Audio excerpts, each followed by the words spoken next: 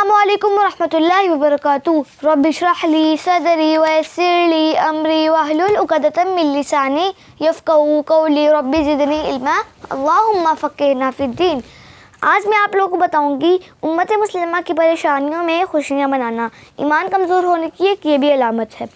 جب امت مسلمہ مصائب کا شکار ہوں، مسلمان بہن بھائی نقصان اور پریشانی کی زندگی میں ظلم و ستم کا شکار ہوں، تو پھر اپنے معاملات میں مست رہنا، جشن منانا، خوشیاں منانا اور مسلمان بھائیوں کے درد و غم میں خود غمزدہ نہ ہونا، امت کا درد اپنے سینوں میں محسوس نہ کرنا بھی ایمان کے کمزور ہونے کی علامت ہے۔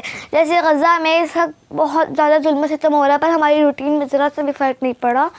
نبی کریم صلی اللہ علیہ وسلم نے فرمایا، ترجمہ: مومن اہل ایمان کے ساتھ ایسے ہوتا ہے جیسے جسم کے ساتھ سر ہوتا ہے۔ جس طرح جسم سر میں تکلیف کی وجہ سے دردناک ہو جاتا ہے، اسی طرح مومن اہل ایمان کی تکلیف محسوس کرتا ہے۔ دوسری حدیث میں ایک مومن کو دوسرے مومنوں کے ساتھ شفقت و محبت میں ایک جسم کی مثال سے بیان کیا گیا ہے، جس کے کسی بھی حصہ کو تکلیف ہو تو سارا جسم بے تاب ہو جاتا ہے اور نیند چھوڑ دیتا ہے، بخار زدہ ہو جاتا ہے۔ ایک اور حدیث میں ایک عمارت کے ساتھ تشبیہ دی گئی ہے جس کو اینٹیں ہی ایک دوسرے کے ساتھ مضبوطی سے مل کر مضبوط بنا لیتی ہیں۔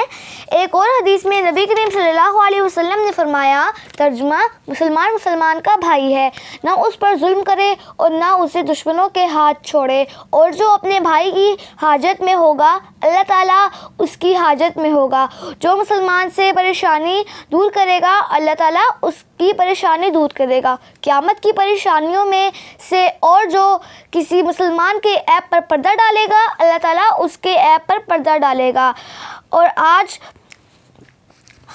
صورتحال یہ ہے کہ ہر جگہ مسلمان بھائیوں بہنوں بچوں بوڑھوں پر کفار ظلم کر رہے ہیں، ان کے ملک چھین رہے ہیں، ان کی عزتیں پامال کر رہے ہیں، مگر دوسرے مسلمان پرواہ ہی نہیں کر رہے۔ کسی کو اپنے ملک کی پڑی ہے تو کسی کو اپنے اقتدار کی پڑی ہے۔ ظلم کی حد تو یہ ہے کہ بعض مسلمان اپنے مسلمان بھائیوں کو کفار کے ہاتھوں تباہ کر رہے ہیں اور انہیں دشمنوں کے حوالے کر رہے ہیں اور کفر کی طرح سے لمبی رقمیں وصول کر رہے ہیں، اور مومن بھائیوں بہنوں سے اس طرح کا سلوک ایمان کے منافی ہے۔